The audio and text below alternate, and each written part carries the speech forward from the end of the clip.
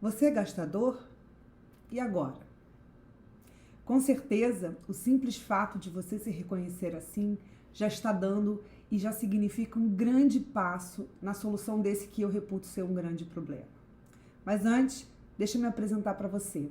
Eu sou Simone Gantuá e esse é o Intuito Pecúnia, um canal onde eu troco experiências sobre educação e planejamento financeiro.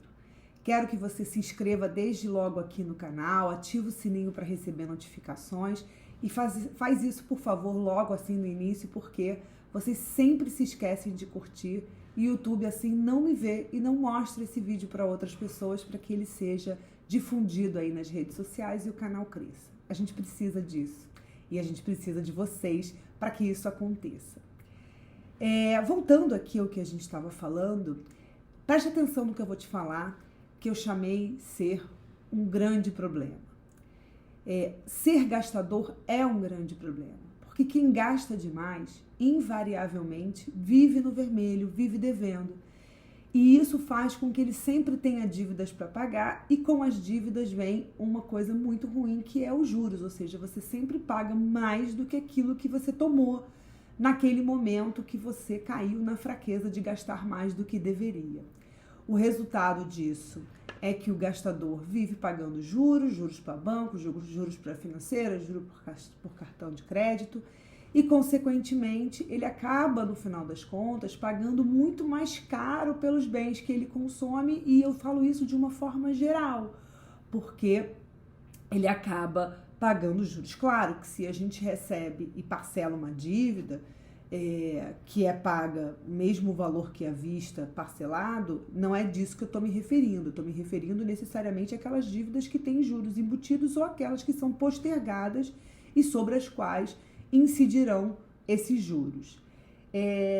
Além disso, o gastador tem um outro problema, que como ele gasta demais e gasta mais do que tem, ele normalmente não está guardando nada, não tem nenhuma reserva.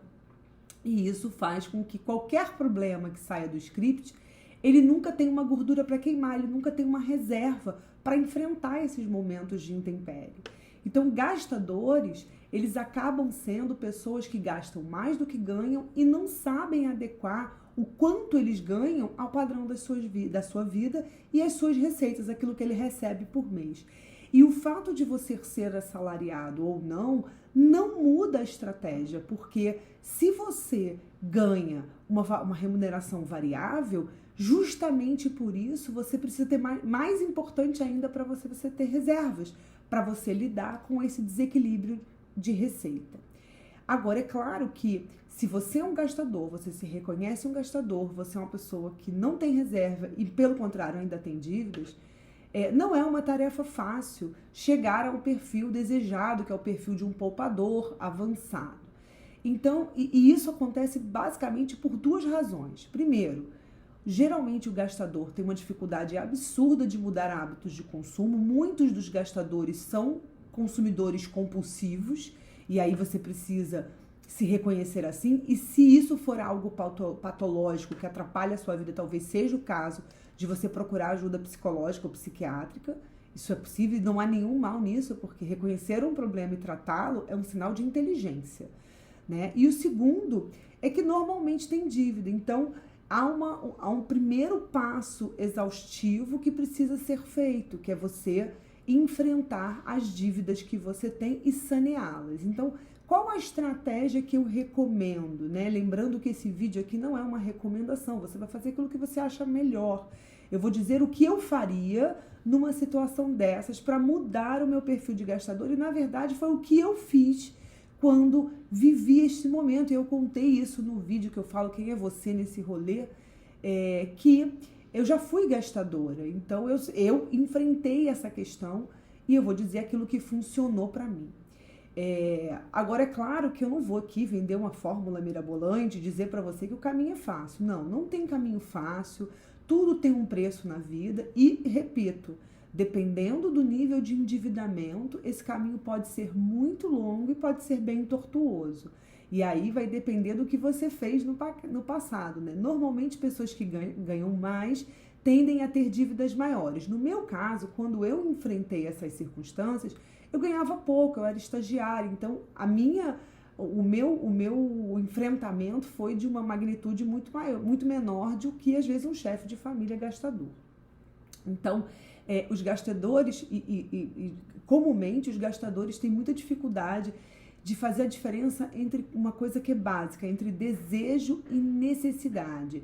E eu reputo essa diferença, fazendo uma analogia, o guloso que confunde fome com vontade de comer. Né? Então, assim, você olha aquele objeto de desejo e você acha que aquilo é algo que você precisa. E na maioria das vezes não é algo que você precisa, é algo apenas que você quer.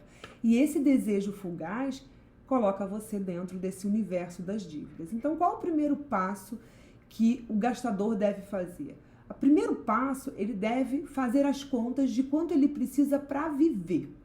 Né? E aí, nessa divisão e nessa triagem de quanto você precisa para viver, você precisa diferenciar quais são os seus desejos e suas necessidades. E assim, faça isso planilhando, porque quando você planilha, você planifica as suas dívidas e as suas receitas e você consegue ver o todo, inclusive de onde você pode cortar para você readequar a sua receita. Nessa planilha, gente, tem que entrar tudo. Tem que entrar receita, tem que entrar despesas e deve considerar também o lazer, tá, gente? A minha experiência é que a gente pode abdicar um tempo do lazer, mas a gente não pode abdicar o tempo todo. Talvez você pode fazer uma estratégia abdicativa completa durante um determinado tempo, né? E pode ser radical e pode até acontecer, mas ela tem que ser temporária. Eu não recomendo você abrir mão da sua receita o tempo todo, né, de uma forma radical, porque a tendência é que nessas circunstâncias abdicativas radicais que você acabe quebrando o plano e você não cumprindo. Então, a gente precisa ter equilíbrio na vida. Então, às vezes o caminho para você sair do perfil gastador e readequar suas finanças pode levar mais tempo, mas com certeza vai ser menos dolorido se você fizer uma estratégia ou abdicativa total, temporária, ou você colocar o lazer em doses menores do que antes você consumia de lazer e colocar isso durante todo o período até que você consiga ajustar as suas despesas. É preciso também deixar claro que as contas precisam ser reais, porque a partir dela você precisa enxergar onde que você vai poder cortar os seus gastos. Por exemplo, diminuir o uso do ar-condicionado, sair menos para comer fora, tirar, às vezes você pode precisar, sei lá, ter 5 streams, você deixar só um, fazer alguns percursos a pé e não de transporte coletivo ou de Uber, levar marmita para o trabalho, deixar o carro em casa em alguns dias da semana, cortar gulodices e extravagâncias no supermercado. Então são algumas estratégias que às vezes pequenas, mas que representam no todo, uma grande economia, principalmente se você não quiser cortar, por exemplo, na mudança da escola do seu filho. Então, se você educação é uma prioridade para você e seu filho está numa boa escola, e para você é muito importante manter o seu filho nessa escola, mantenha, mas corte os gastos, não dê dinheiro para merenda, manda merenda para o seu filho. Então, são coisas que você vai fazer. Vai comprar livro, compra o livro no sebo. Então, tem algumas estratégias para você tentar economizar um pouco mais. Agora, é claro que onde vai ser feito o corte, isso é uma decisão pessoal, considerando as suas necessidades, o seu perfil, quem você é. E, repito, radicalidades devem ser evitadas e se elas forem muito necessárias, porque você está com muita dívida, elas devem ser o mais temporárias possíveis. Né? Quanto mais a família estiver envolvida no processo de saneamento dessas dívidas, melhor, porque você começa também a ensinar e dar exemplos para os seus filhos, para que eles também nunca se envolvam e nunca cheguem ao ponto gastador e nem se desenvolvam adultos gastadores como você é. Eu tenho uma técnica, que eu uso na minha vida e eu faço assim, que me tornou mais controlada na hora de adquirir bens e consumos. Então, quando eu vejo uma coisa que eu gosto, normalmente eu só compro o que eu preciso. E aí tem uma coisa a ver comigo, que eu não sou consumista, eu sou uma pessoa que usa as coisas bastante tempo, eu não sou muito ligada à moda, eu prefiro comprar peças de roupa mais atemporais. Então acaba que o meu guarda-roupa é muito longevo e aí eu acabo consumindo muito menos. Mas isso é um perfil meu, eu não sou uma pessoa consumista. Então quando eu vejo alguma coisa que eu gosto, obviamente também tem coisas que eu gosto, eu pergunto, eu geralmente faço 3 perguntas antes de realmente tirar meu cartão da bolsa para pagar. Eu pergunto, eu preciso disso? Né? Se eu digo, preciso, e aí depois eu reforço essa pergunta com uma outra pergunta, isso vai satisfazer uma necessidade minha? Vai. E aí a terceira pergunta, eu tenho dinheiro para isso agora? Ainda que eu pague no cartão, se eu tivesse que comprar agora, eu tenho dinheiro para pagar? E normalmente, se for um mero desejo, eu não tenho condições financeiras para fazer, uma dessas perguntas vai me interromper essa escalada do desejo e aí eu não vou comprar. É claro que isso não significa que eu não tenho desejos e que desejos não sejam satisfeitos, mas com certeza se você controla mais os seus desejos, até os seus desejos, quando satisfeitos, preencherão muito mais a sua vida do que se você simplesmente apenas passar o cartão toda vez que você tem um desejo fugaz. Feita essas considerações, planilhou, né, organizou, saneou suas finanças, cortou seus gastos, estabeleça uma meta de viver com menos do que você ganha. Qual é a meta que eu recomendo e que eu pratico na minha vida? Eu vivo com 70% do que eu ganho, ou seja, 30% do que eu ganho eu não uso.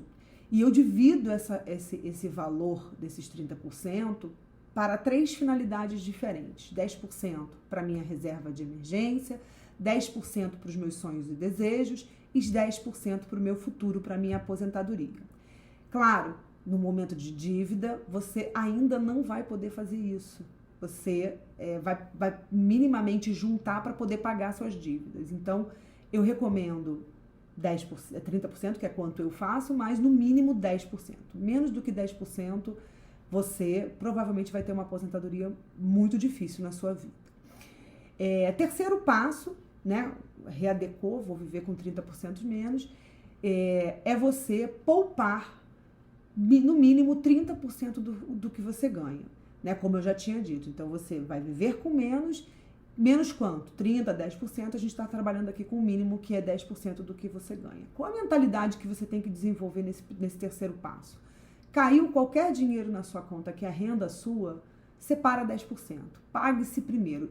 Considera esses 10% como se fosse o seu dízimo pessoal, o seu boleto pessoal, o boleto da sua casa própria, né? E guarde esse dinheiro onde ele esteja, no mínimo, sendo conservado pela inflação. E aí eu já digo para você, não é em poupança. Poupança a gente está perdendo dinheiro para a inflação atualmente, né? A gente está em 2023, não é recomendado que você faça isso na sua poupança. Então você vai procurar, por exemplo, um Tesouro Selic, que está corrigindo a uma taxa de 13 e pouco por cento, então você consegue acompanhar essa inflação.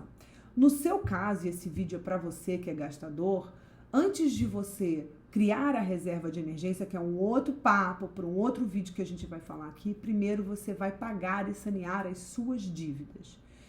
Normalmente, gente, ter o dinheiro na mão, ou seja, você ter conseguido juntar algum dinheiro, melhora o seu poder de barganha para procurar o seu credor para você negociar e pagar sua dívida, e pagando à vista, geralmente você tem um desconto muito maior. Claro que às vezes não é possível evitar os parcelamentos, porque você precisa retomar o uso do seu cartão de crédito, por exemplo, e aí quando você parcela as dívidas, normalmente eles embutem ainda mais juros, ou seja, uma dívida que já era grande vai ficar maior ainda. Então o ideal junta o seu dinheiro primeiro, então use esses 10% que você, no mínimo, que você vai começar a poupar, né? Você baixou o teu padrão de vida e começa a juntar esse dinheiro, você vai juntar esse dinheiro e vai procurar cada um dos seus credores e depois pagar por acordo, fazer parcelamento. Aí a estratégia que você vai desenvolver, tudo depende do caso concreto, depende da sua vida. Mas eu repito, quanto mais você juntar e mais você poder procurar o seu credor com dinheiro na mão, maior poder de barganha que você vai ter e mais rapidamente você vai resolver. Porque com dinheiro você pagou, o cara tira seu nome do SPC, do Serasa e etc. Lembrando que se seu nome for protestado, você ainda vai ter que ir lá no cartório para pagar para dar baixa, que isso é responsabilidade do devedor quando ele tem um protesto contra si. O segundo passo, depois que você saneia todas as suas dívidas, é então criar a sua reserva de emergência. Mas isso não é o papo do vídeo de hoje. Vou falar com vocês isso numa outra oportunidade, em um outro vídeo. Se você é gastador e esse vídeo se reconheceu aqui nesse vídeo, me conta se alguma dessas dicas foram úteis para você e não esquece de curtir esse vídeo para que o YouTube mostre ele para mais pessoas. Até sexta-feira que vem. Fui!